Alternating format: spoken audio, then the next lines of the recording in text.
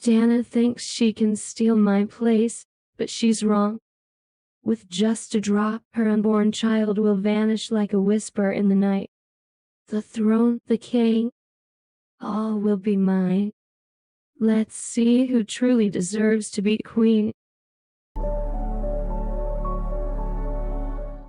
Once upon a time, in a distant village nestled in the heart of Africa, there lived a king named Okan. He was known throughout the land as a fair and just ruler, beloved by his people. However, despite his kindness, there was a void in his life. Okan and his first wife, Adana, had been unable to have children. The villagers began to worry, understanding that a kingdom needed an heir to ensure its future stability. Without a successor, there were fears that the kingdom might face challenges.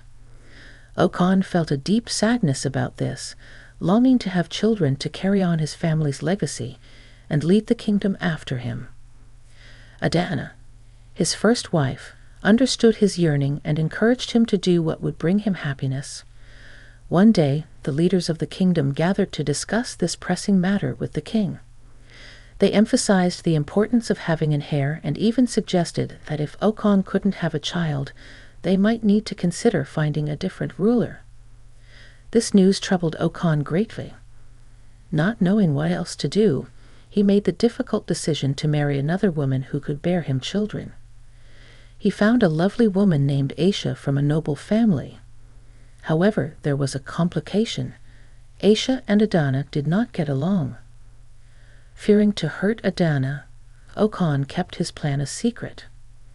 When he finally revealed his intention to Adana, she was heartbroken. She couldn't understand why the king would want to marry someone who didn't like her. Despite her pain, she tried to be strong for the sake of the kingdom. After the wedding festivities, the entire village was filled with hope and joy. They celebrated the prospect of the king finally having another wife who might bear children. However, soon after the wedding, both Adana and Aisha fell ill. The palace was in turmoil as both wives were sick at the same time. Okan, troubled and worried, called for a doctor to attend to them. It was then confirmed that both wives were pregnant, bringing relief and joy to the palace. It seemed as though the gods had finally answered Okan's prayers for children. However, Aisha's envy towards her senior mate, Adana, grew stronger with each passing day. She wanted to be the one to bear the king's child, and her jealousy consumed her. Aisha made a vow to cause trouble for Adana, or even worse, find a way for her to have a miscarriage. Aisha constantly complained to the king about Adana, exaggerating how badly she was treated. Despite Aisha's attempts to sow discord, Adana remained steadfast in her goodness. She chose to pray for both of them to have safe deliveries. Meanwhile, Aisha paid servants handsomely to spy on Queen Adana and report her whereabouts. These spies, hesitant but fearful of Aisha's threats, reluctantly agreed. Even Queen Adana's loyal maid, who was supposed to be faithful, joined in out of fear.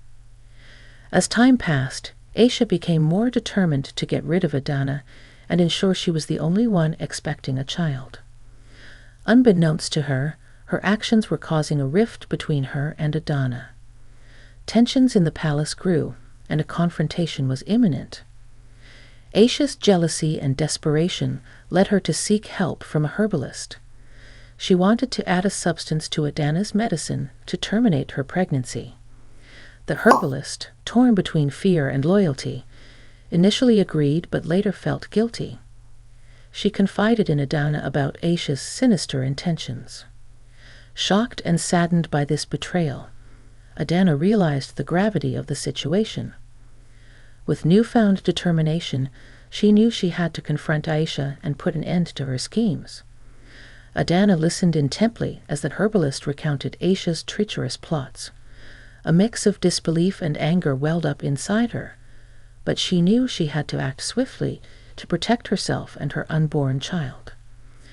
Thanking the herbalist for her courage, Adana devised a plan to confront Aisha directly. She understood that her safety, as well as the stability of the palace, depended on putting an end to Aisha's jealousy. Gathering her strength, Adana approached Aisha, confronting her with the knowledge of her deceitful actions. Aisha, taken aback by Adana's boldness, attempted to deny her involvement. However, Adana's unwavering resolve and the herbalist's testimony left no room for doubt. In a moment of clarity, Aisha realized the extent of her folly and the harm she had caused. Remorse flooded her heart as she recognized the consequences of her jealousy-driven obsession. Adana, choosing forgiveness over vengeance, offered Aisha a chance at redemption. She urged Aisha to change her energies towards positivity and unity rather than envy and strife. One day, King Okan heard about the quarrel between his wives, Adana and Aisha. Concerned, he called both of them to the royal chamber to find out what was wrong. Aisha, eager to hide her misdeeds, spoke first. She told stories about Adana's supposed wrongdoings, hoping to turn the king against her. As Aisha spoke, King Okan listened carefully, but he couldn't shake the feeling that something wasn't right. He knew Adana to be kind and gentle, and couldn't believe she would do the things Aisha accused her of. When Aisha finished, the king turned to Adana, silently encouraging her to share her side of the story. Adana, calm and collected, began to tell the king about her experiences and how she tried to keep peace in the palace despite Aisha's attitude. As the king listened to Adana, his doubts about Aisha's accusations faded away. He saw through Aisha's jealousy and realized she had been lying to him. Deeply troubled by what he heard, the king addressed both queens firmly but kindly. He condemned Aisha's actions and reminded both women of the importance of honesty and trust in their relationship. The king urged Aisha to reflect on her behavior and seek reconciliation with Adana. He reminded them of their bond as a family and the need for unity in the palace. But Aisha's anger only grew as she realized her plans had failed. She decided to seek help from a herbalist to carry out her evil plot. When she reached the herbalist's hut, she demanded assistance in harming Adana and her unborn child. But the wise herbalist refused, sensing Aisha's malicious intentions. Aisha pleaded and demanded, but the herbalist remained steadfast. She warned Aisha of the consequences of harming Adana and her child, but Aisha refused to listen. As Aisha left the hut filled with anger and determination, she had no idea that her actions were being watched by the spirits, who were determined to protect Adana and her child. Months passed, and on a particular day, both Adana and Aisha started feeling contractions at the same time. It was time for their babies to be born. King Okan, surprised by this sudden turn of events, called for the midwife to come quickly. He prayed and made sacrifices, asking the gods to keep his wives and their babies safe. In the delivery room, Aisha felt upset that she wouldn't be the center of attention. The midwives took care of both queens equally.